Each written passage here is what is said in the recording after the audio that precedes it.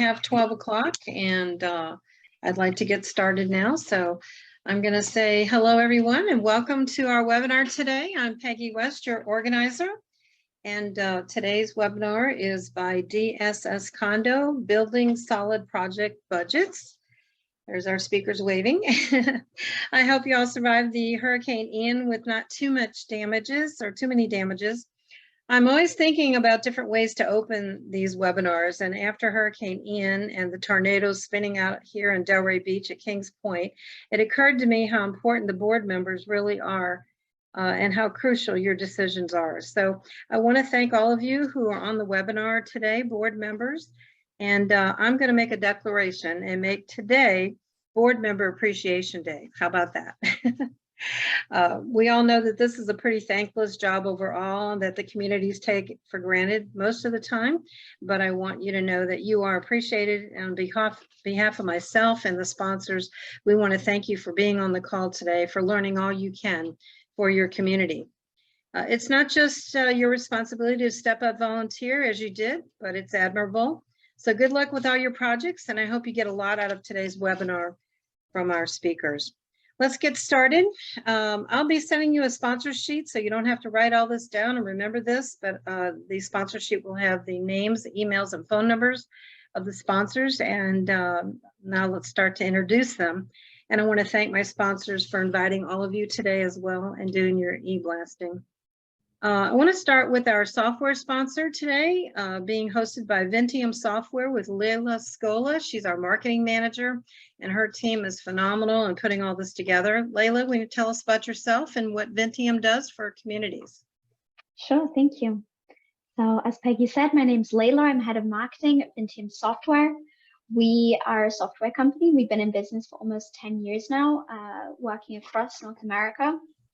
And we provide two softwares. Our first one is an award-winning communication and management portal for HOAs and condos. So we provide a website as well as a private password-protected portal where you can share documents and information with residents, really make it your hub, as well as our new software, which is Inspections by Vinteum, which helps you do inspections of your community and ensure that everything is safe and well-maintained. Very good. Awesome. She's got a couple of new products out too, so check their website. Next, I have the pleasure of introducing our Director of Strategic Business Development, Rudy Martin from M2 Engineering. He's also our moderator for today. Rudy, tell us about M2E, yourself, and what we hear from the communities. Thank you, Peggy. So my name is Rudy. I'm the Director of Strategic Business Development. M2E is a consulting engineer. We help developers, associations, and we have a legal expert witness program. So anything from your 558 turnovers, concrete restoration, and of course, the milestone and structural integrity reserves. If you have any questions, please reach out to me. I'll leave my information in the chat, and I'll also follow up with an email after this class is done. Thank you, Peggy. Okay, great. Thank you so much, and thank you for moderating today.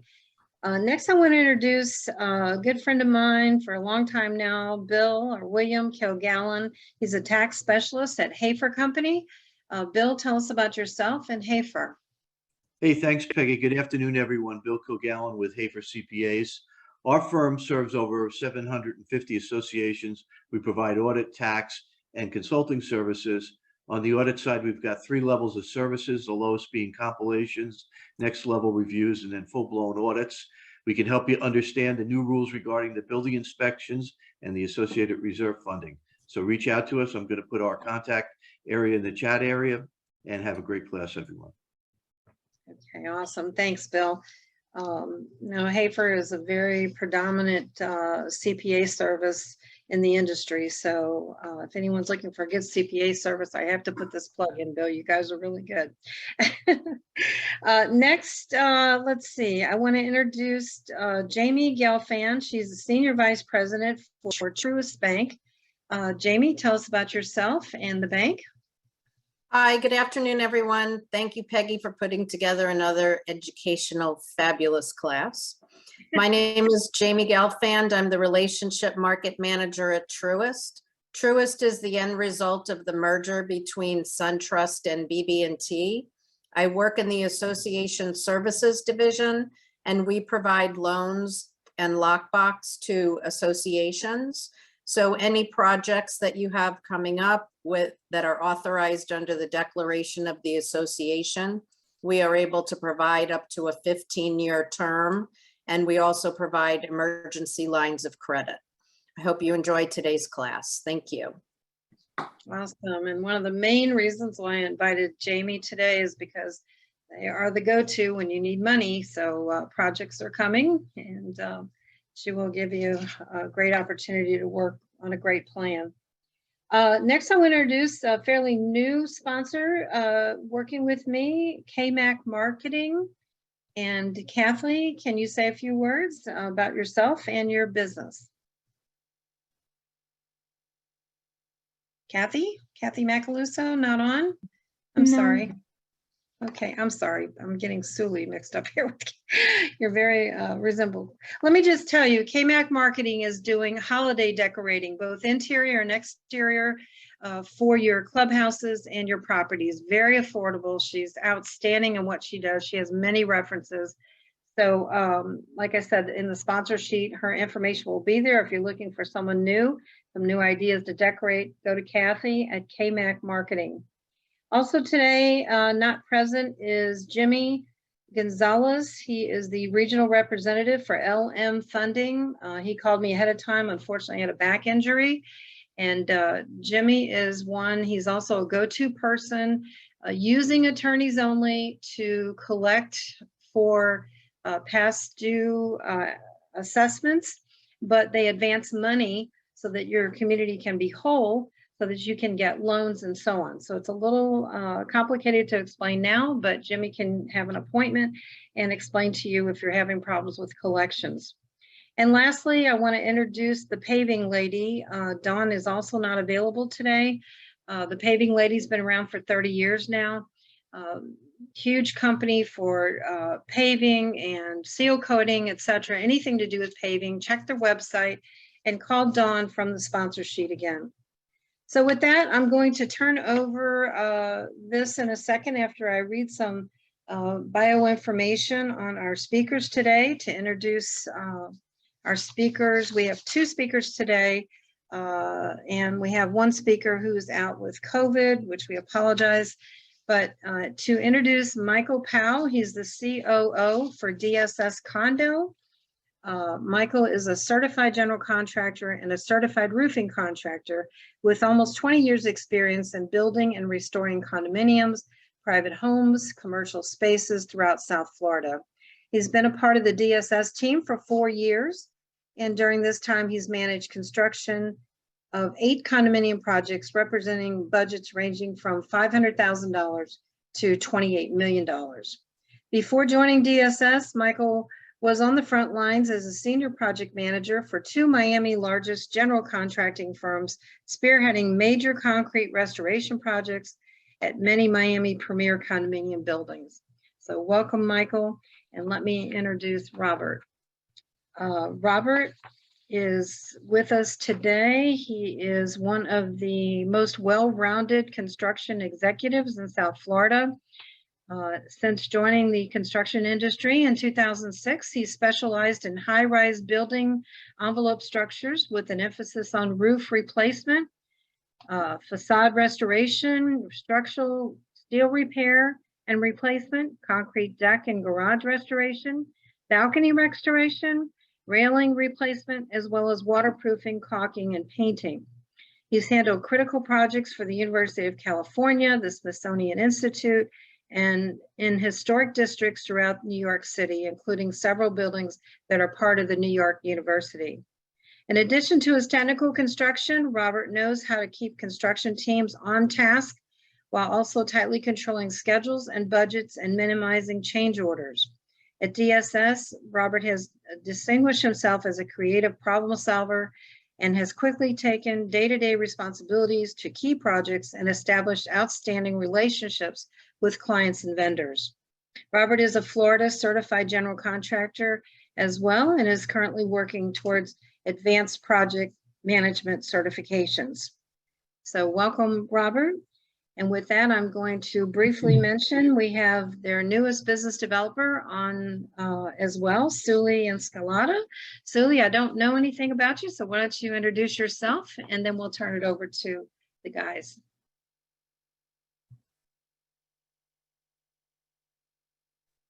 Sorry, didn't realize I was muted. Hi, Peggy. Thank you so much. So like Peggy mentioned, my name is Julian Calada. I'm one of the newest additions to DSS Condo. I'm the Director of Business Development. I come with 17 years of background in property management and 4 years of account manager background. Just a little bit about DSS Condo. DSS is a complete project management company. So they have been in business since 2014. We work strictly with condo associations as project managers or owner representatives, guided them through the project from inception to completion. So that's just a little bit about ourselves. And now I'm going to turn it over to Michael and Robert, who's going to guide us through today's presentation. All right, everyone, can everyone hear us? Yes. All right, perfect. Thank you, everyone, for Peggy. Thank you for the introduction. Suli, everyone, Rudy from Vinteum. Appreciate being here. Yeah, so we put this course together for you. Am I able to share my screen? Yes, please do. Okay, here we go. So as he shares the screen, a few housekeeping rules. There's a Q&A in the bottom. If you have a question, please type it in the Q&A. We'll get to it at some point. These slides will be shared during the follow-up. This is also being recorded, so a YouTube link will be also shared after this for your reference. So those questions come up quite often, so I just wanted to answer those right out of the gate. Back to you, Michael. All right, thank you. Can everybody see my screen? Am I sharing it properly? Yes. Beautiful. All right, everyone, thank you for being here. Once again, my name is Michael Poe. I'm here with Robert Miles. Good morning. We've put this together for you. It's called Building Solid Project Budgets. It's a CU credit course of 2. Now, just quickly, the reason why we felt it was right to put this particular course together, we offer this course as several seminars. It's, we know what the lives are like for both property managers and board members. It's tough. It's a battle, especially when it comes to projects. And one of the hardest things when it comes to projects, it's all the residents raising their hand and coming and knocking your door and asking, well, where are we on the budget? And, how's it going? Is it maintaining? Are we over? Are we under? And that all comes back to building the proper budget, building that solid budget. So we just felt it was a good opportunity to, somewhat go over it, ideas, things that we've dealt with in the past, and two different approaches to actually building budgets and put a course together. So this is it, and we'll go ahead and get started. 1 second. Okay, so first what we have here is the agenda. So we're going to be going over, the first thing is what a solid budget can actually do for you. What does it mean to have a solid budget? The next, some terminology when it comes to budget. Therefore, when understanding what it is you're speaking, what you're saying, understanding that terminology, it really assists you in actually breaking it down later on.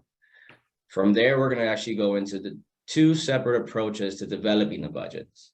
Now, one of those approaches is going to be budgeting to a design, and the other is going to be designing to a budget.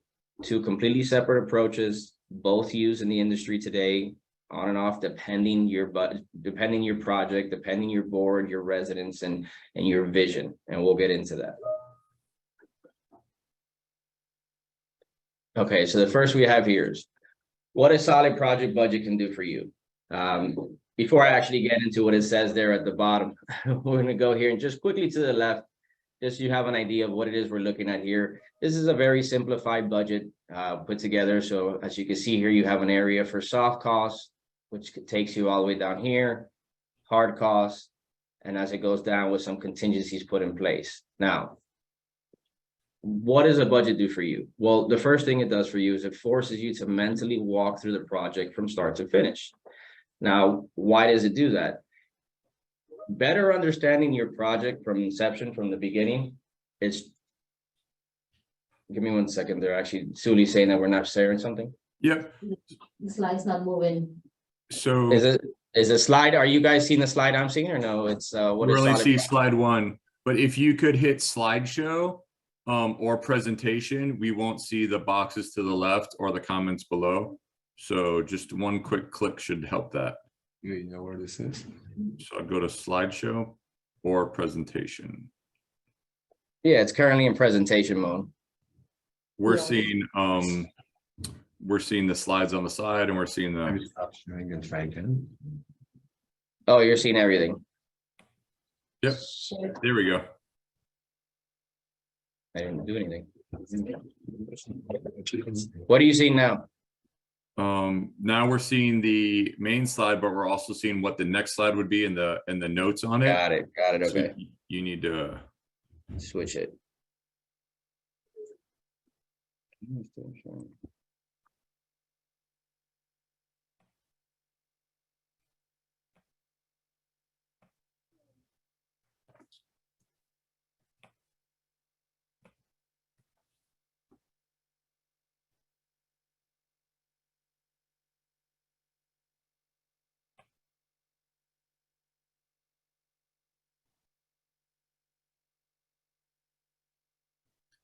bear with us while we correct this. I love that this is about budgeting right now, and it's budgeting season. I've spoken to so many managers recently about budget season and how hectic it is, and things of that nature. So I don't think that this presentation could have came at a better time, as all these property managers and boards are going through their budgets, which can be Totally. which could be a daunting task. Yes, because this is like an addition to your budget project plus your regular budget, so.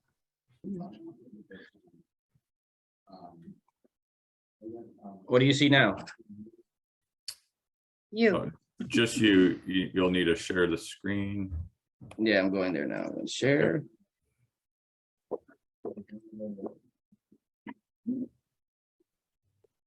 So we see the same screen as, oh, perfect, right there, we got her. You got it now, right? All right, now we're cooking with gas. Thank you. Sorry about that, everyone. Technical difficulties. All right, so now that you can see what I'm looking at and building a solid budget and what it does for you. All right, so but going back to it, so one of the main things it does for you, what it starts off with is it forces you to mentally walk through the project from start to finish. Now, why do I say that?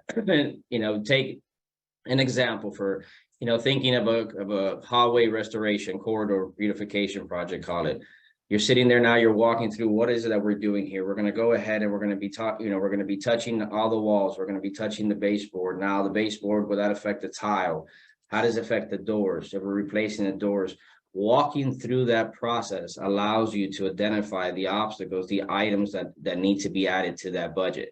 You know, it's not, sometimes we just look at it more of a global look, but we want to kind of, you know, get down to the micro and actually understand it. Every item per item. The next thing, by doing that, then it helps you anticipate issues and possible outcomes. Basically helps you stay one step ahead of the game, call it, as you're walking through that process and truly understanding it. By doing that, obviously, we know it's going to minimize the chaos and maintain control. The idea of a budget is maintaining control of that budget, identifying the items, breaking them down as much as possible, rather than just one overall item, breaking that item down, therefore truly understanding that project as you get through it and minimizing that chaos. What's chaos? Cost overruns, change orders, missed items, the unforeseens. Truly understanding those and identifying those and walking through those steps is what helps you create the budget and what a solid budget then later on is going to do for you. It's also going to allow you as a property manager to give the board of directors a realistic and accurate picture of the project cost from the beginning. No one likes surprises or cost overruns. So sitting down with them and actually breaking it down for them in that format, where they truly now understand, oh, you know, we didn't think of this item. We didn't think of that item. You're right. You know, how did you come up with this? It's just walking through the project, taking those steps. The biggest thing it helps you do is avoid having to go back to the community for more funds. Nobody likes to go to the well twice. You want to go one time. You want to go, whether it's for that assessment or that loan or both or whatever it is you're going for. You want to have that budget well put together with contingencies in place, truly identifying all the obstacles, all the items within that. Basically, as it looks here, you know, a good tool for management boards to plan and maintain. control the project so you don't have to cut out important items like, for example, the dog in this picture, in this image here. You know, I laid out for you, we're cutting back, we no longer need the dog. We don't want to do that. We like the dog. He's a friend. So we want to keep him. We want to be able to get through this. Now, some budget terminology. Now we have soft cost. What are soft costs? Soft costs are the easiest way to break down soft costs. Soft costs are everything but the hard costs. Now, hard cost is construction costs, true hands-on construction costs of what it costs you to build. That is the hard cost. Everything else above and beyond that is a soft cost, and it's typically what's missed. Out of these three items here, you know, a lot of times I ask the question, well, what does everyone think typically is out of these three is actually the number one missed item? Most people say contingency. It's true, contingency a lot of times is missed because you know, you think, well, you know, contractor gave us X amount of dollars to do this. It is what it is. And no, you want to have some fluff in there, some contingency, something to protect yourself. But the main reason, the item that's missed that causes this, the main cause for going over budget is soft cost, because it's missed so often. It's, you know, a lot of times, even sometimes call it design professionals, when they're putting it together and they're building a budget for you, it's missed on their end. And it's not so much missed by them, is that they really truly don't understand the building as good as you do, as good as a property manager or board member would. And then soft costs, that's where it comes in, where, you know, with legal, maybe valet, things of that nature, where you understand that, you understand the building's needs. So it's very hard for those individuals, call it design professionals, to put that on there for you. So soft costs. As I mentioned, soft costs are all the expenses associated with your project besides the solid bid numbers, the hard costs.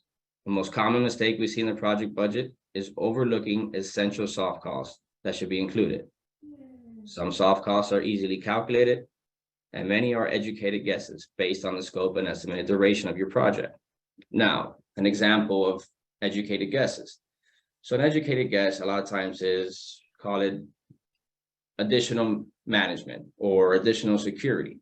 Now, you could identify what the cost of that is, you're able to, but you can't identify the duration. So the duration now is you're going to put based on a schedule that was provided to you by a contractor, a projected duration from the design professional or a third-party entity like us. And now you're able to put in that duration and plug that in. But again, it's a best guess when you're coming there onto the actual facts and the job is all set in place and a contract is executed. It's very hard sometimes to put that into motion. You know, again, even professionals, again, like I said, such as designers, engineers, they often forget that soft costs when they're preparing their project budget. A lot of their focus is more so on the hard costs. You as the building manager are going to have the most insight into what soft costs should be included. There's really no one else positioned to understand the building better than you, the needs of the building better than you. And you're also the person who's going to be answering to the board of directors and the residents. So you don't want to be given the wrong answer or mistakenly omitted from your project. As a manager, you need to participate in this process and act on behalf of the association. Again, soft costs. It's the main thing that's missed, and it's what we're going to get a little further into now as we go on in the slides. Now, how to identify soft costs? Just some items. So create a schedule. So creating a schedule, a lot of times it's very difficult. I don't understand for the property manager or board member to create a schedule, but you are able to, you could reach out to professionals, your neighboring building, you know, colleagues of yours that have had the same type of project. You could speak to them. You could find out. We do the same on our end. You know, we reference other projects of similar. You know, if you're doing a concrete restoration project to a garage, well, okay, we understand the garage. So now we're doing you know, engineers telling us or design professionals telling us that it's a $1 million project for the garage. It's 2 stories. There are other similar buildings, your neighbor building, somebody else, you may want to reach out and actually start putting together something, getting some advice. Walk the job site. Now, what does walking the job site do for you? Again, let's picture again that garage restoration. So now you go and you start walking this job site. You start looking, do we have enough parking?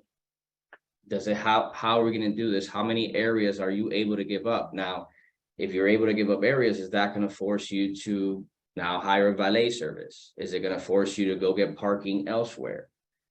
Are you going to have to close off certain sections or possibly get additional security to monitor people and get people to walk in certain areas? Walking the job site itself and understanding it are going to help you build, again, the soft cost. Hard cost you'll have on the bid. It's identifying that soft cost. Meet the players. Now, meeting the players, depending where you're at in the process. Now, if you're in the beginning of the process and you're trying to build this as the engineer has put together a fully, baked, call it, scope of work for you, reach out to the contractors, speak to them, meet them on the job site. We do it as well. Bring them out, walk it with them. What do you guys think? You're the professionals out here as well. Give us, how you think you're going to be able to get to these areas or that, or how many areas you think it would take. Does this area affect this area? Understanding that process and understanding the project, the better you understand it, the easier it is to develop your budget and understand what soft costs must be associated with it. Discuss expectations. Review other budgets. Now, reviewing other budgets, again, are budgets, neighboring building, colleagues, things of that nature. As you can see here, reach out to colleagues. Break soft costs up by category. So this goes back to what I said originally. The better of a breakdown you have, the better one you understand it, the more accurate you are with your budget, and the easier it is to explain it to somebody else. One of our biggest things is we can put a budget together and we understand it here in house. We all look at it. We understand exactly what it is that's there, but we have to format it in a way that it's very simple to explain to others. You're explaining this to board of directors or even to the residents, residents where you're going to break it down to them as far as these are soft costs. Well, what do you mean by soft costs? Well, here we go. We have design professionals, which are your architect, your engineer, your fire safety. You have consultants such as ourselves or your life safety consultants. You have administrative, permits, etc. For example, beyond that, you have others. You have bonding, you have legal fees, you have accounting fees. There are lots of fees. A lot of those fall on the administrative, but you have lots of fees. The more of a breakdown you do, the better others and yourself will understand it. And the more of a breakdown you have, first actually breaking it down is probably the first step, because now you have to assign a number to that. Now okay, this is going to happen. And whether we have an exact number or not, it's okay. We're going to take an educated guess on this. For example, your attorney. Well, our attorney has to put together a contract for us, has to do contract negotiations, and then has to do a closeout potentially at the end. Hopefully, issues won't arise, but we'll have contingency to cover if they do. You could reach out to your attorney, get some numbers of what they think it's going to run, amount of investment from their time. The same from others. Your permitting, you could reach out to the municipality, ask them, is there a range, a percentage I should understand, I should put together? Getting all those facts and understanding that it's what's really going to help you identify those soft costs. Okay. So this is actually what I want to do here, and the reason it says soft costs and the question mark. I actually want to get you guys to, and you could enter this into the chat box. I want you to envision, and you're in your building, or a building, and the lobby. The lobby's had some minor water damage, not major water damage, some minor water damage has come in and gone into the lobby floors. Now, because of that, the board has decided not only are they going to repair that, but they're also going to go ahead now and beautify. They're going to take this opportunity to do so. Now, based on that, I want you guys to take 5 minutes here, if you can, and just put together what you think some soft costs would be. And I guess you could just enter in the chat, and we could take a look at the chat, but go ahead and just take 5 minutes to yourself. What do you think some soft costs would be that would affect this portion of this type of work? Now, again, we're in the lobby, we're beautifying the lobby, we do have some water damage, and then after that, we'll come back and see what you guys have to say.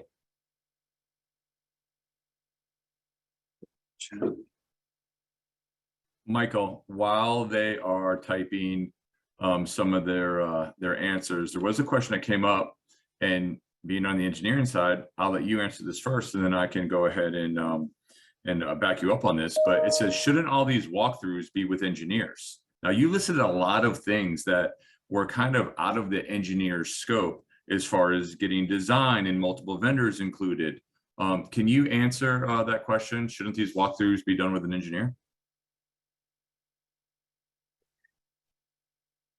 Yes, my answer to that would be both yes and no. So there's certain moments where you want your engineer involved, we think. Your engineer involved to walk with you when you're discussing the project itself, call it those areas of, that would be affected as far as the concrete work, Mr. Engineer, are we gonna have to do this floor and this floor? Do you concur with what the contractor says? Absolutely, they're your engineer director, they're the ones certified to do so, and actually the ones that are gonna be approving whether or not that work can take place in that way.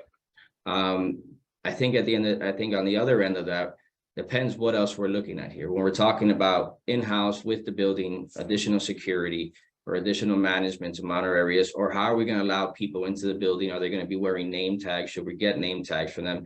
Things of that nature. I don't think so much that's for your engineer. At times we allow the engineer to be the professional who they are and wear the hat of the engineer when it comes.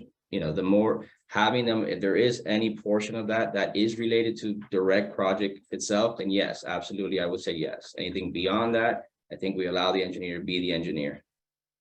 I agree. As the engineer of record, we are concerned with fulfilling the permitted and the requirements of the repair.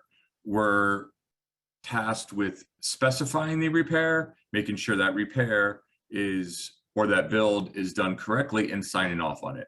I think you had a great example of the parking garage. There's going to be a lot of moving parts. Where do those people park? Are you going to have to rent space at an adjacent building? Are you going to have to get a valet? That's something that an engineer is not going to tackle. That's something more for a project manager. So I think that answers the question. Some questions are coming in as far as the soft cost, architects, designs, roofers, if there's a leak to determine that. So I think they got a good idea of kind of what those soft costs could kind of be in the hallways. Beautiful. All right. So what I'll do now that everybody's interested, design permits are correct. Design owner's input to get votes for design change, contract to get compliment bids, drawings, more drawings, project management. Yes, you're absolutely correct. Floor damage, drywall. Yes, that falls in. Legal fees. Absolutely. All right. So now that we have that, we're going to go ahead and we'll put up some of the ones maybe we didn't all think of. So for example, we have here some soft costs. So extra fans. Now this is something, call it, if you're doing this work in-house, you have, maintenance, installing some fans, or you having some extra fans, you have some floor protection going in, signage everybody always forgets about. And truthfully, it's one thing nobody understands, but if people don't know where to go, people get lost and they slip and they fall. Storage. Storage is definitely a soft cost. Now, why do you have storage? Well, if you have all that furniture in there and you got to get it moved, you got to put it somewhere, you got to get the storage. Now you go back again to that duration, that understanding of, well, how long am I going to need this storage for? Staff overtime. Furniture removal. Somebody needs to come in and remove this. Again, keep in mind, none of these items are the actual hard cost, the physical labor of doing the work. These are all items that a lot of times we think are there, and we think they're included in the hard cost. And when we come to find out later on from Mr. Contractor, after we're signed, he says, well, no, sir or ma'am, it was not included. This is something that's above and beyond what we do. Janitorial supplies, safety equipment, security. Again, these are all items that we have to consider, and you as property managers and board members have to be aware of. It's being aware, it's understanding that these items exist, they're out there, and if overlooked, they will pile up and become a very large cost overrun. A lot of times, some people, what I've seen and experienced, not all, but at times I've walked into a building, we look at a budget that's been put together by someone else, and there's no soft cost. There's very minimal, call it just the engineering fees, nothing else. We say, well, you're missing a lot of items here. Well, soft cost is not important. That's a fraction of what this is going to cost us. Correct. But what happens if that larger portion of it now has a lot more unforeseens where you're digging into that contingency and you forgot your soft cost? Now you're going to be well over budget.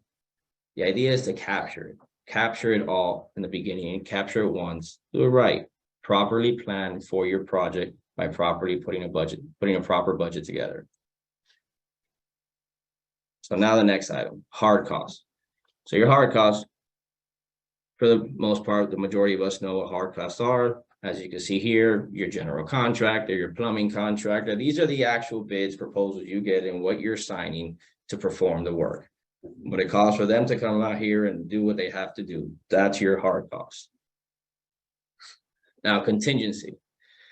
So as I mentioned earlier, a lot of people have told me that one of the main things that they feel are forgotten, or that they feel is forgotten, is contingency. And it is at times. And sometimes it's not only that it's forgotten, it's, did they put enough? Did you put the right amount? There's a range of contingency. It's not always, here we show 20%, but it's not always 20%. It could be 20, it could be 10, it could be up to 30, depending on, in our personal experience, or my personal experience, call it, if we're talking about a concrete restoration job, I think it depends on the amount, on the percentage of inspections performed by the engineering company prior to the project starting, prior to the construction documents being put in place. And it also depends on the condition of what we see. You know, if you have a building per se, and it's just an example, and don't hold us to this because it's very project specific, but if we walk up to a tower and you're doing a tower restoration project, engineering has come and, you know, we speak with them and we ask, well, what percentage of the balcony did you inspect, or the building? Well, we inspected 100% of common areas and we inspected 70% of the balconies. Okay, well, that's a large amount. You have a very good understanding of the building. We take that information and then we look at the building. Okay, we walk the building ourselves. What's the condition of the building? What's the obvious? What's visual? What's standing out to us? Is the building falling apart? Is there concrete falling everywhere? Do we see the rebar? Do we know that this is going to be a large project with a lot of unknowns because of the poor condition of the building? Well, then we want to plug in a good hefty amount of contingency because we know they're going to exist. We know they're going to be there. It doesn't have to be too much, again, because he inspected a large portion of it. But now, call it, if you have an engineer which you've spoken to and says, well, we inspected the common areas, but we only inspected 10% of the balcony. That's all we feel is necessary. Here's our numbers. Here's, you know, we have our percentage that we put in, our quantities that we found. If the building's in poor condition, there goes up your contingency because you know it's going to exist. You left too much to the unknown. Again, it's all very specific. It's all project specific. It's how you plan your budget and how you get to it. Truly breaking it down the way it should be. Okay. In this next section here, I'll go ahead and hand it over to Robert, where he's going to walk you through two methods to budgeting for your project. Good afternoon. So like Mike just explained, Mike was explaining and describing the main components of a budget. Here we'll be talking about two ways of building a project budget. You could either budget to design, or you could design to budget. And the first method, we start with the desired design, a vision that we already have, and we develop a budget to achieve that vision. And the other method, we start with a budget, it's already given, and we create a design that will fit our budget. And more complex projects, you might decide to build a budget using both methods. Now, you would typically, or I want to say always, use the budget to design approach when you already know the design. You know what has to be done. Usually this would be a requirement by a third party or an outside entity, something required by local code, regulation. A good example is the 40-year certification. Any structural, electrical, mechanical repairs that will require inspections, they also would fall into this category. Emergency work, anything concerning safety. This is something you don't want to compromise on. It's something you have to do no matter what. So for these projects, you would budget to design. Now, unlike this cartoon, this is not an option. You can't simply be more careful. You have to perform the repair to meet the requirements of the local code and the building.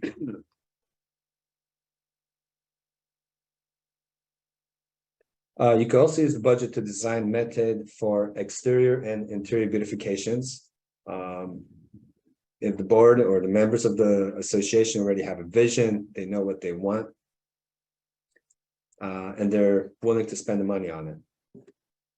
Yeah, the existing resources. Yeah, basically, I say this method here, and Robert will get more into it. I think this budget to design is for those associations where personally, I haven't run into many, but those associations who are not budget conscious, who just, they have a design, they have a look, they want to go for that look. It doesn't matter what it costs, let's put it together.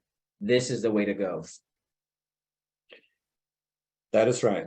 Well, the first step in building a budget using this method is to have a vision, a creative vision. For this exercise, imagine that you're a manager at the DSS Condo by the sea. There's a vision that you already have. Your neighbors next door, they just installed a state-of-the-art barbecue in an eating area next to their pool deck.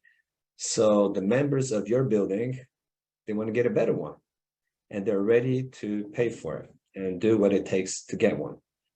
So the first thing they need to do is establish what exactly they want. Now, the specifics of the vision are open to a great range of interpretations. This is where your budgeting business brain and meets your people management's brain. Now, in my opinion, this is probably the most challenging parts of the whole project. In many cases, there may be a renovation committee or a design group that is tasked with creating this vision, clarifying this vision.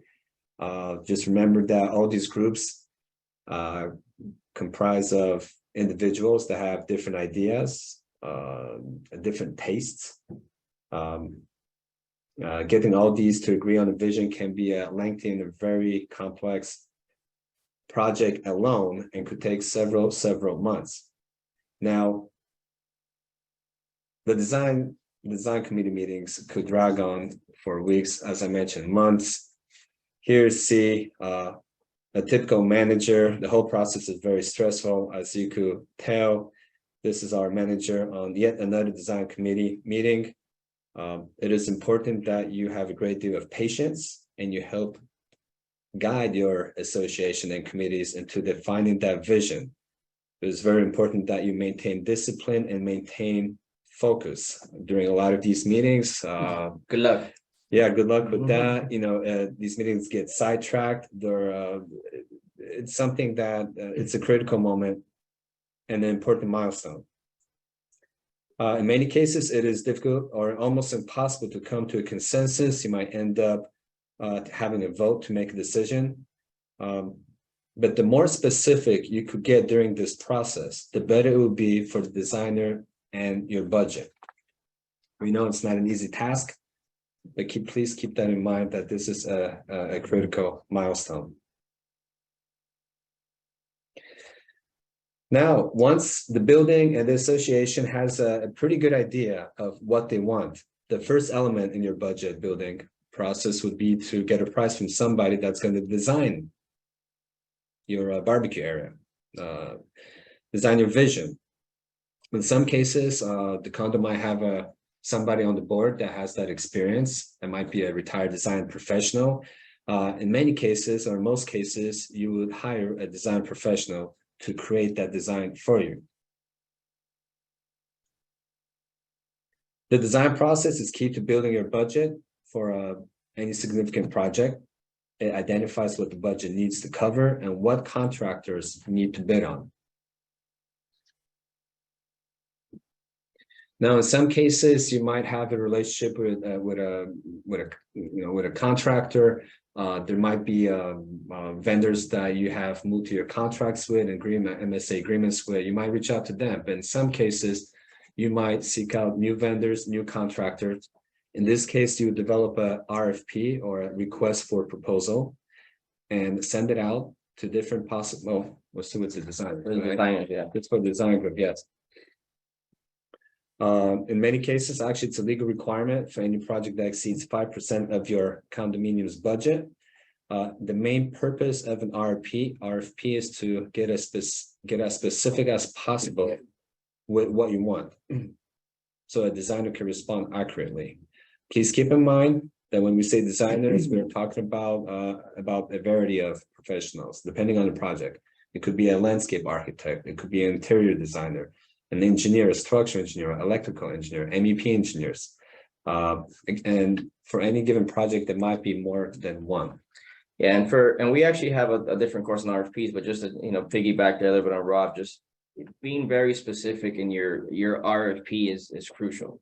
Reason I say that is when you send an RFP out for a designer, per se, call it exterior designer, landscape architect, or just a designer in this case that's actually going to design the exterior portion for you. Be specific, understand what it is that you're going to need for your boats. Understand how many renderings. Do you need renderings? Do you need mood boards? What is it what is demanded by, call it the bylaws and within your community? Is it for exterior and interior? Do you need them to do the flooring and, capture the grill itself or the background or some landscaping? Be as specific as possible in your RFPs. So therefore, everything's captured and nothing's missed. And at the end of the day, more of a breakdown you have, just like you do in your budget within your RFP, is going to allow for that better apples to apples comparison when you receive that. Now, we're going to give you a few tips on selecting a designer. In the process of selecting designer, it is important that you interview these designers. Okay. Just imagine that you're going to be working with these professionals for fairly long time, I would imagine, and you need to decide if the designer is going to fit your style. Do they have the right attitude? Are their vision aligned with your vision? Do they share your vision? Are they calling the shots? Choosing designer could be a lengthy process as well, but it's also critical as all the milestones in the whole process. But this is somebody you're going to be working with hand to hand for a long time, and you want to ensure that this individual or group of individuals understand your vision. So here we go. Personality and flexibility are very, very important. You need a designer that's responsive. He's going to reply to your emails. He's going to show up to meetings. He's going to provide answers to your questions. This is very, very important. Yeah, media designer, honestly, it's almost like speed dating. You got to gather as much information as you can when you're there with them. Not that any of us do that, but when you're there and you want to meet them, try to go past what they're showing you on their presentation. Try to get a little more personal with them. Understand who they are, who their background is. The more personal you get with them, the better feeling, you develop that feeling where, do we have the chemistry? Are they the right fit for us? Again, when going with the designer, yes, you're going to look at pricing, you're going to look at everything else and what they've done in the past. But if you're satisfied with that, make sure that they're the right fit with you. I can't stress how important that is when selecting a designer. It's very, very important.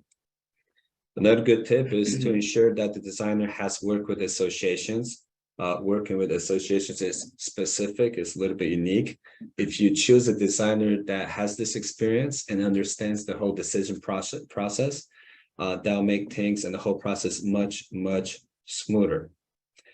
It is also very important to ensure that the fees are structured in a way that doesn't leave you at risk to cost overruns. Ideally, you want monthly caps, not to exceed an X amount. You definitely want to stay away from any contracts with a designer that stipulates a percentage of the project value. That's something you definitely do not want to do and be exposed to. Yeah, when it comes to designers, a percentage, at the end of the day, fair is fair. Everybody should be paid for their time and what they're providing, their services at the end of the day, but you should pay just for that.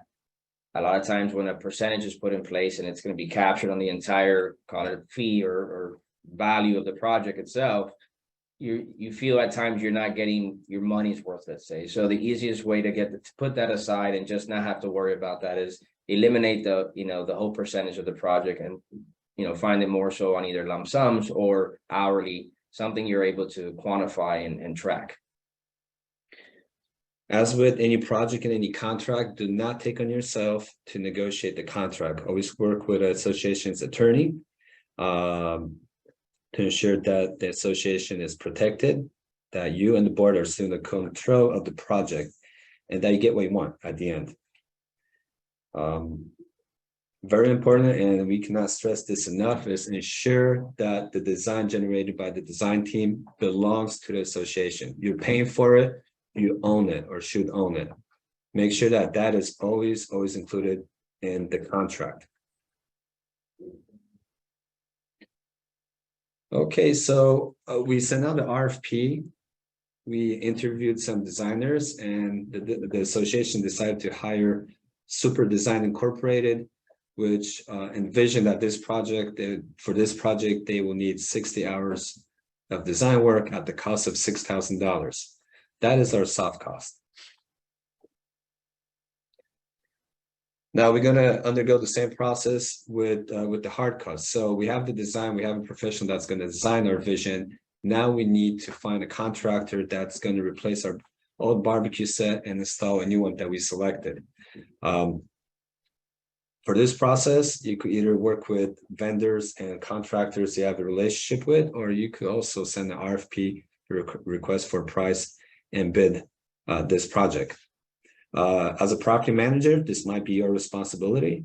You might hire a project management firm such as us to take care of that as well, or you might engage the hired professional designer to manage the whole process. Now remember that whether you are writing an RFP or not, make sure that the bidders include a schedule of that work. Like Mike mentioned earlier, the schedule is important for mainly two reasons: for you to mentally walk the whole project, help identify the soft cost, but also to provide you with durations for certain soft costs that you already identified. Now, depending on the project, you may need to write several RFPs. You might have to send an RFP to a general contractor. For whatever reason, you might have to hire an electrical contractor separately. You might need a separate contract with a plumber.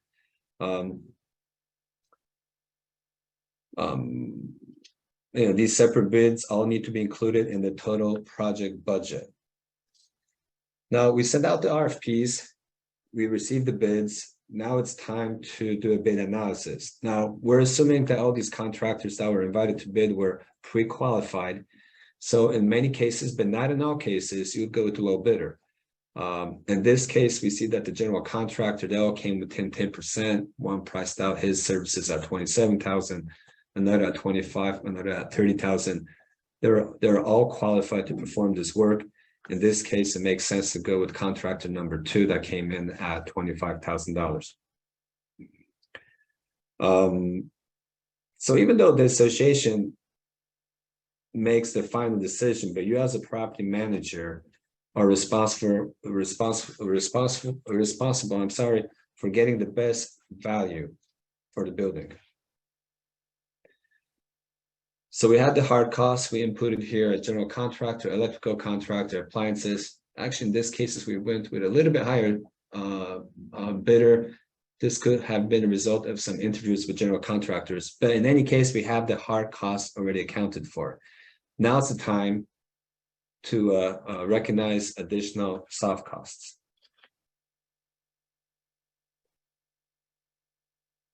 And this could be administrative costs, accounting, additional legal fees. You have an attorney that's going to negotiate contractors, right, with both the design professional and the general contractor. You might require additional office personnel. If it's a garage restoration project, you might have to hire, you might have to account for additional parking, a valet service. Most likely, you're going to have to account for staff overtime, print and documentation. Additional security, it could be security equipment, additional security personnel, supervision, security cameras. All this account for the additional soft costs. Now, all the soft costs as mentioned earlier are all those intangible items that would not be included in any of your bids. This is not something that the design professional usually accounts for. It's definitely not included in the bid submitted by the contractor. Now, in this exercise, in this case, Luxo Condominiums is going to need extra security and additional administrative assistance for this project. Now, maybe the maintenance of the barbecue is going to require more maintenance than your current staff can handle. Maybe you might have to remove some debris, provide additional parking for your employees. Now, other additional soft costs would be insurance, payments and performance bond if required, permit fees, DERM fees, which are the environmental agency fees. You might want to hire a project manager to manage your project. You might want to hire a permit expediter to take care of the permits. You have derm expediters. You might require a special inspector as well. And then they have miscellaneous other soft costs that are very, very easy to miss: equipment, additional furniture, maintenance supplies, cleaning supplies, community events. No matter how small the cost, it should always be included in the budget. Now that we recognize the soft cost, the subtotal right now is 51,600. The last final item we have to add component is the contingency. Like Mike mentioned earlier, it really depends on the number of unknowns. In this case, we don't expect too many surprises. We figured that a 10% contingency should suffice for this project, which would bring the total of our project to 56,760. Now, you might think, oh my God. Well, it is a barbecue and eating area, but $56,000 sounds quite excessive, and the board members and the members of the community might have not been ready for this dollar amount. So what do you do now? Try taking the other approach and the second method of building a budget. Yeah, like I mentioned earlier, that method of designing, budgeting to a design is not seen too often when it comes to beautification. It's seen more often, as Rob mentioned earlier, when it comes to concrete restoration or life safety, obviously, because you have to put the design in place, what's needed, and then unfortunately budget to that design. But in a lot of cases, when it comes to beautification, sometimes it ends up being a little more than you expected going that route. Now, you don't always have to compromise and go for something uglier, like shown on this cartoon, but there are certain ways where there's certain adjustments you can make to fit your budget. You could either adjust the quantity, adjust the quality of your product, or you could eliminate certain items. Now we're going to talk about design to budget. In design to budget, we start with a given budget that's already predetermined, and we design the project to fit that budget. Now, this process is essentially the same as the first method, except in reverse. You will be deducting from the fixed amount as you go along the whole process, instead of adding costs based on your vision. Now,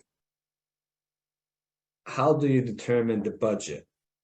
The first place you should look is the reserves. A lot of associations, you have reserves for certain projects. You might want to tap in the operating budget, or perhaps you might require a special assessment. In some cases, there might be a settlement, maybe there's claim, maybe there's funds from other sources. Now, a few things to consider, very important. What is the threshold of pain for the special assessment, if a special assessment is needed? How much a unit owner can stomach, or how much the board is comfortable assessing and spending? Do you have any funds in your operating accounting? That's also another source of funding you could look at. Now, in this exercise, you're the property manager of the bottom line condominiums. Now you have a upcoming major 40-year certification project. You're gonna have to spend a lot of money there, but you looked at all your sources of funding, and you are able to carve out $35,000 for this new barbecue station. So that is our budget, $35,000. And we're gonna work this process pretty much in reverse. So we have established budget of $35,000. The first thing you want to deduct is the contingency. You never ever want to forget about contingency. In this case, again, 10%, we deduct $3,500. The remaining balance is $31,500. Then the design. Well, now you're on the budget, so you really might want to talk to John from Unit 211, a retired design professional, see if he's willing to take on this project. In this case, John says, no, I don't have time. I'm going to go fishing. So you're stuck with the design professional that bid this project originally. So there we go, $6,000 deducted from the balance. The new remaining balance is $25,500. Now, all additional costs, I mean, you look a little bit closer, do I really need 80 hours of overtime staff? You slash that to 40 hours, you're going to try to do a little bit more with less or the same with less. You end up with additional soft costs of $3,300. Your new remaining balance is $22,200. Now, I want you to look at this right now. Your budget was $35,000, but you really have only $22,200 to play with as far as the barbecue station equipment and the installation. So it's important to remind everyone that $35,000 includes all of the costs, the contingency and the soft costs that are so easily forgotten. So right now we have the remaining cost of $22,200. You send out RFPs, you invite a contractor to bid this project, and you're going to select a contractor that could meet that requirement of $22,000. Also the material. You might have to make some hard choices and difficult decisions here. Do you really want that nice sophisticated barbecue station? Maybe you could survive the next few years with something lesser than that. If you really can't afford it, maybe you just might want to upgrade the existing equipment or just buy some new spatulas. Life on a budget. Not an easy thing. But here we go. After accounting for contingency, soft costs, hard costs, we end up with a remaining balance of $200, which I suggest you save for a bottle of champagne that you could pop once the project is done. But essentially, you are within the budget. You're achieving your goal. $200 for steak. $100 per steak, yeah. Well, here you want to convert to the budget format. Grand total right now is $34,800. as opposed to $56,760 when using the budget to design method. Now, both methods achieve the same goal, a new barbecue, new eating station. Oh, yeah, they both achieve the same goal. Obviously, you know, one started with a vision, and the vision, yes, you're not going to get the same. But we know we're not. But at the end of the day, we do have other, you know, things, the must that we need to do. Call it, the building always has the needs and the wants. The needs are the concrete restoration job as it started off, or the life safety. So you always want to go that route first and see what you're left with. And at the end of the day, yes, because associations don't really, or residents don't really see, you know, the millions that were invested into concrete restoration, because, you know, at the end of the day, all they see is a fresh paint job. So you take what you can from here, you build yourself a budget, and you go the route of designing to that budget. Yes, they're not going to get what you originally, what we all want, but we still get something new, fresh, a new look, something to make the residents feel better about the building itself. So there's always a way to do it. It's just making sure you go about it the right way. Now, this is a very simplified form of a budget. Once you have mastered these concepts and you understand the main components of a budget, the process can be simple as far as you understand how a budget is built. Again, this is a very simplified breakdown. I don't believe we have a slide. Yeah, actually go back to that breakdown for a second. So, you know, the way this is broken down again, as we started earlier, what you see here is you see the soft costs up at top. It's going to very well broken down. As we spoke earlier, the design professionals, the consultants, the administrative, the permits, taking it down to exactly to giving you a total of the soft cost. One thing we show on this, you know, just to say we're showing on this budget now, we're basically showing a 20% contingency on both the soft costs and hard costs. You know, typically, if I would suggest break it down even better than that. Break it down where you have a contingency for soft costs and a contingency for hard costs. You want to go ahead and divide the two. You want to separate the two. You know, they each carry their own load. So at the end of the day, soft cost may have its unknown, but the unknowns are not going to be the same as a hard cost. So at the end of the day, separate that contingency. Build your independent contingency per soft cost and hard cost separately. Again, they're all very project specific.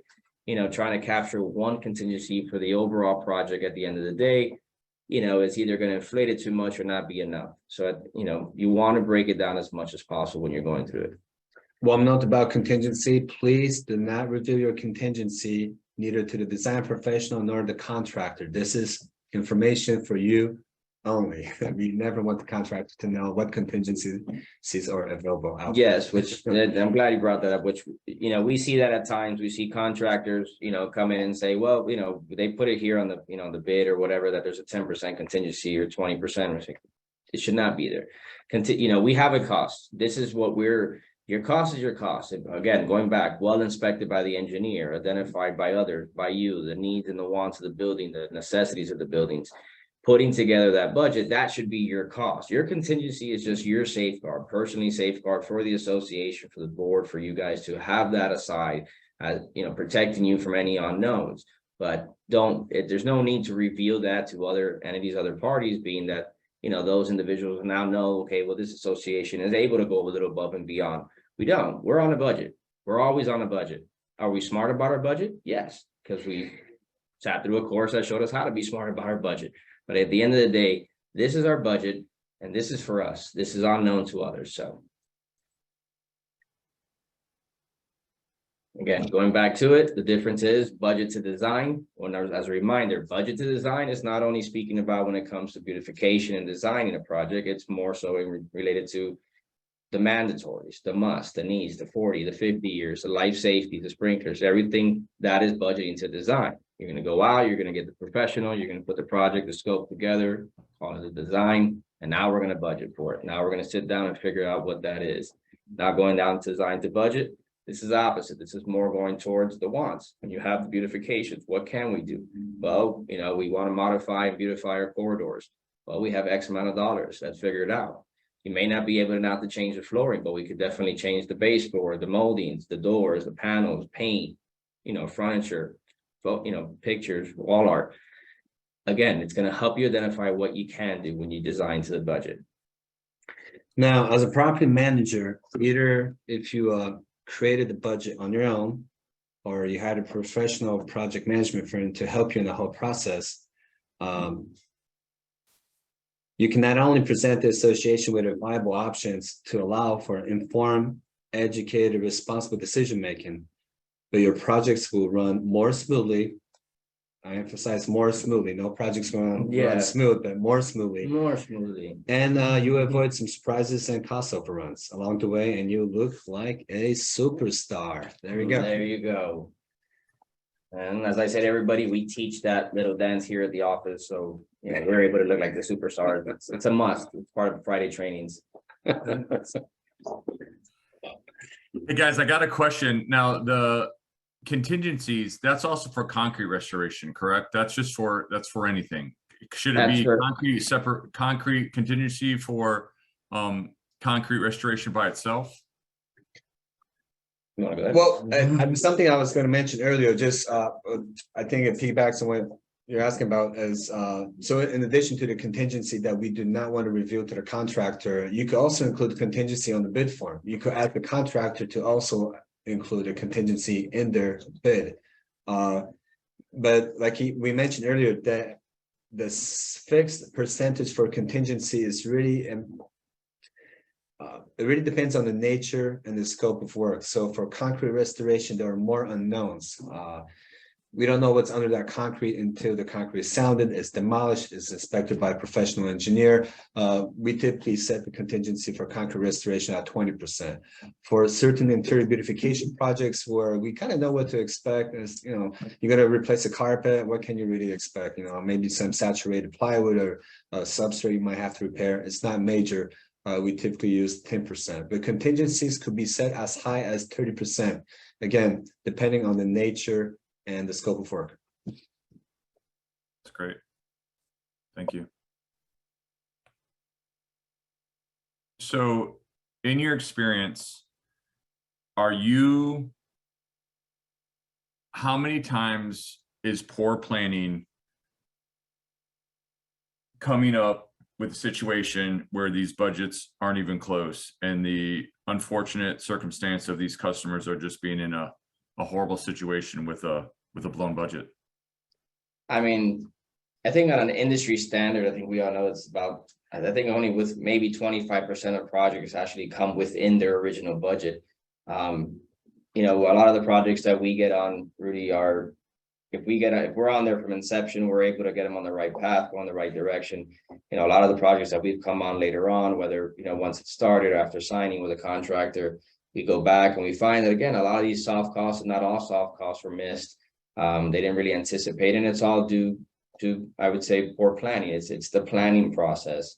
You know, we can never stress enough how important it is, the pre-construction and planning phase of a project, of really taking the time. A lot of associations want to speed through that process and get to the point of construction, you know, whether it be just to show the residents that work is being done, we're doing something, we're being active, but we can't stress how important it is to actually take your time going through that process, identify those soft costs, so you can have a successful project later on down the road. Mike mentioned earlier that we have a separate class in for RFPs, but I just want to mention there's just a recent project we were brought on board after the contract was awarded to a contractor. Now, the property manager in that case decided to create, well, she did not create a bid form. She simply invited contractors to bid on the project. You know, it was impossible to compare, you know, apples to apples. Every contractor was bidding something else because there is no given bid form. You know, that's something that we that you definitely do not want to run into. Yeah. So our special assessments for capital improvements, like a clubhouse, the interest on a long-term payment, are those kind of figured into the basis? Do you guys kind of get that deep? Yeah, so when we put together our budget, I mean, we're going to sit with the board and we're going to sit with the property manager, and a lot of times more so the property managers, they have a lot more information in regards to actually what's happening. You know, we're going to build a budget. When we build that budget, we're going to get as deep as, yes, are you going for a loan? What's the term? What's the rate? Now, we actually even add another line I'm in there for default at times, because you could expect it. If you're going on a lot of these buildings, you're going to have some percentage of default, and that percentage is going to be built up again between the property discussion, the property manager, the board members, and we're going to add those. We may even go as far as saying, okay, here's your budget. Now we've entered in this percentage for the loan. We've entered in this default rate. Are you going to be getting money from your, you know, your reserves? Are you going to be putting money in from operations? Yes, X amount of dollars. We're going to go ahead and enter that into the budget. We're going to build a budget that is very, very detailed and broken down, and then produce that along with a cash flow that's going to go ahead and show you how this money is to be distributed, you know, forecast that distribution of the money moving forward. Makes sense. Any other questions or comments? Everybody likes free advice. You don't even have to get these guys on a retainer yet. You can just go ahead and ask them questions. So now's your chance. Here now.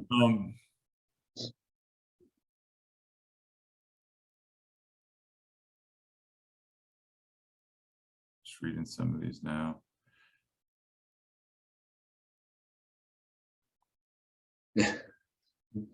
Milestone question. They come up everywhere, even when we're talking about projects. Does milestone inspections mean all buildings 30 years or older regardless need an inspection? Therefore, we need to budget for this. We are not clear as to a 10-year recertification, the same as a milestone. I can plan for this expense. So I don't know if you guys are kind of helping with milestone expenses or getting at this point, I would say that's more so your question. I think, as far as a milestone.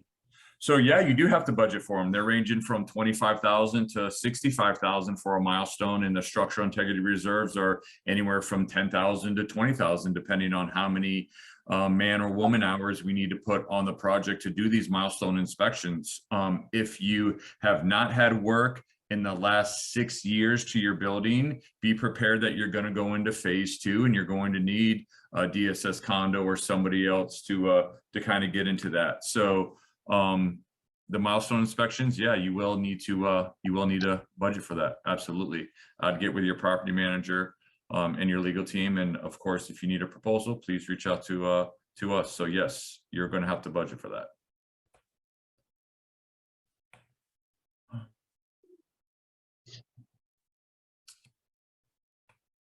I just have one quick question for Michael and Robert, and that is there anything that comes up consistently that the associations miss or that you find just from experience?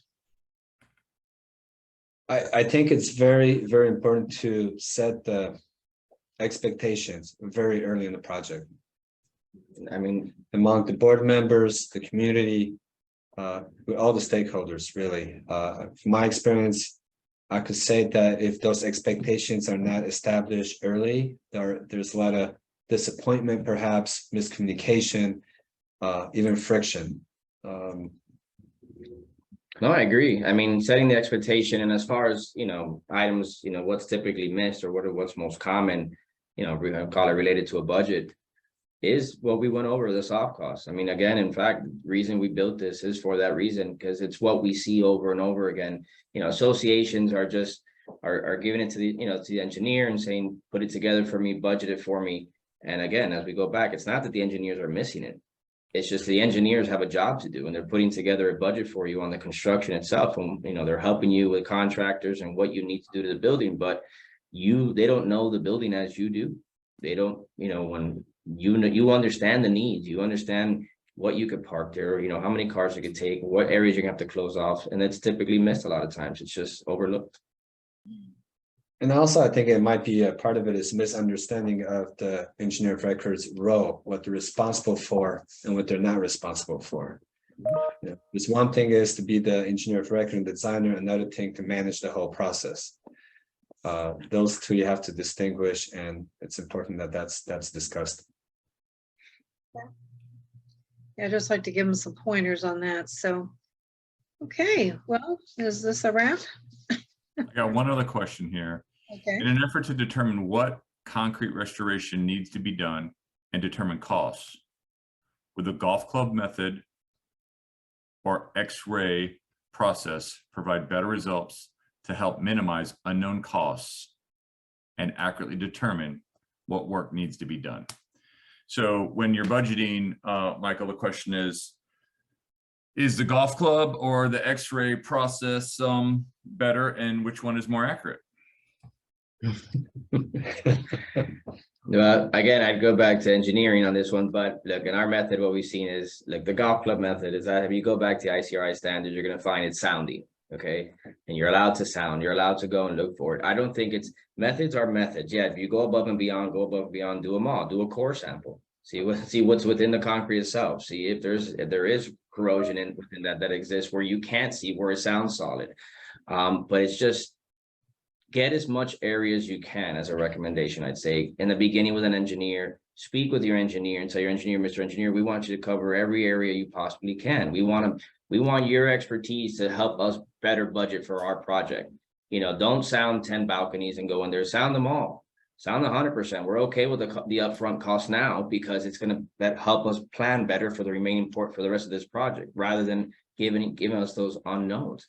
Limit the unknowns. That's what I would say is the best way to go. I just want to add that while inspecting as much in all areas as possible is ideal, an ideal situation, it rarely happens. It's rarely possible on a 50-story building to inspect every square foot.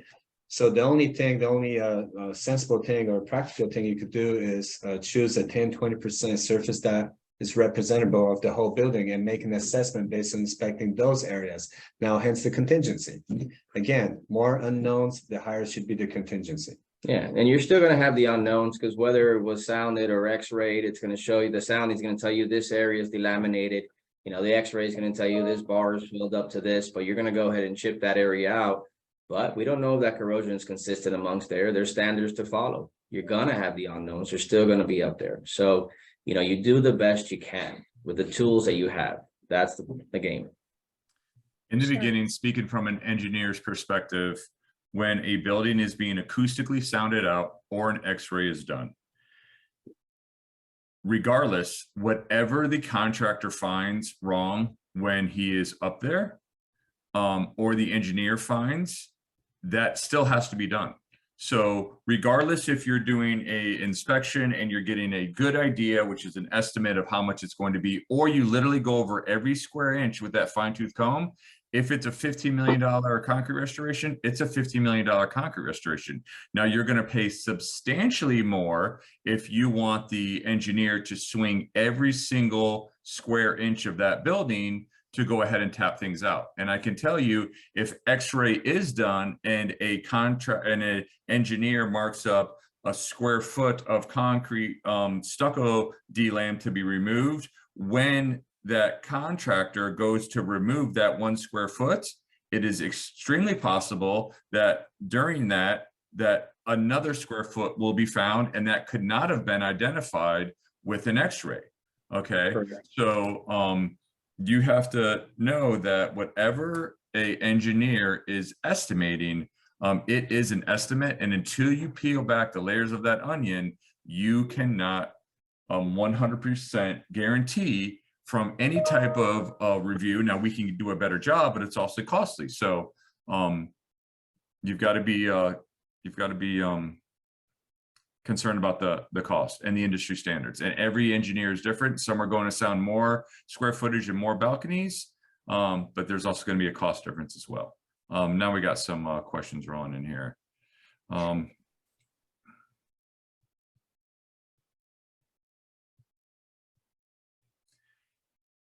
So Lou has a question: can or should inspections be included in reserves and treated as an operating expense? I don't know if it's an operating expense or a maintenance expense, but during the structural integrity reserve, foundations and walls are included in that. I'm not going to give you a price for your foundation of your 50-story building, because it's going to be a replacement cost is to tear down the building and put a new foundation in. So we use a method of actually figuring what the maintenance cost is to prevent further damage. So that won't go under an operating expense. That will probably go under a maintenance expense. But you can put it in any bucket you want. I'll leave it up to you and your account to do that. Got some more messages here for you guys. Here's a broad question for you, Michael. What would be the holistic approach to waterproofing all areas of the property?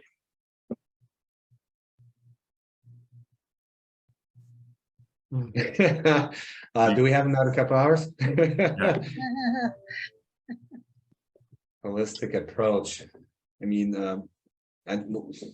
you first want to tackle, I believe, areas that are affecting you right now. Active leaks, those you want to take on first. You identify all elevated areas. You have elevated decks, and you have decks on grade. Then you go back and you look at the areas of how that waterproofing is and the current condition of that waterproofing. And again, this is all things that your engineer performs for you. Going back, is the area still covered under warranty? If so, what is the life expectancy on that remaining?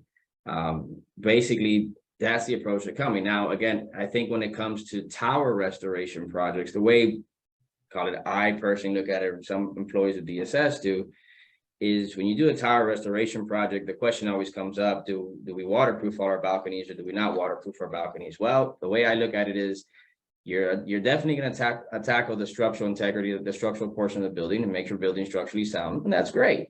You're going to identify all the areas that are visual and sounded and need to be identified, but are you really putting your best foot forward for protecting yourself for those years to come? Well, I think in doing that, what you want to do is satisfy all the structural portion, but also make your buildings watertight.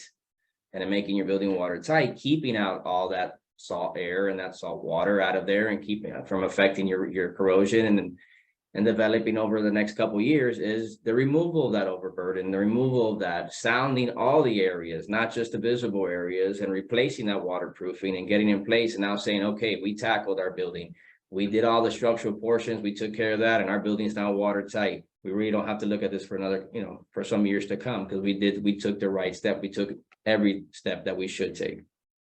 I think it's important to remember that you could avoid probably most, if not at least half of these issues, if you have a maintenance program in place. Probably M2E, DSS would be out of business if you would have, but if you had a roof maintenance program in place, for that matter, any maintenance in place, that you're saving yourselves a lot of money in the long run.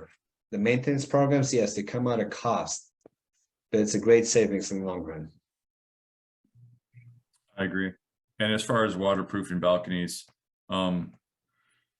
my personal opinion is it still blows my mind that the code hasn't changed, that vertical walls have a waterproofing mechanism, but horizontal balconies, where pooling water can sit on porous concrete.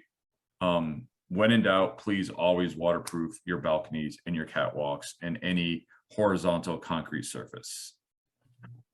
The elevated surface, always waterproof, always get it done, secure it, safeguarded from from the water, from everything else. Yes. Everyone says thank you. Everyone says great presentation. We're getting great feedback. So thank you, gentlemen. It was a real treat once again. No, thank all of you. Appreciate everyone being here and giving us the opportunity to speak with you and, you know, present this to you. So thank you. Thank you very much. All right, you got it. I'm just going to close by saying thank you also again to my sponsors, besides Michael and you, Robert. I want you to mark your calendars. We have the next webinar coming up on November 14th from 12 to 2.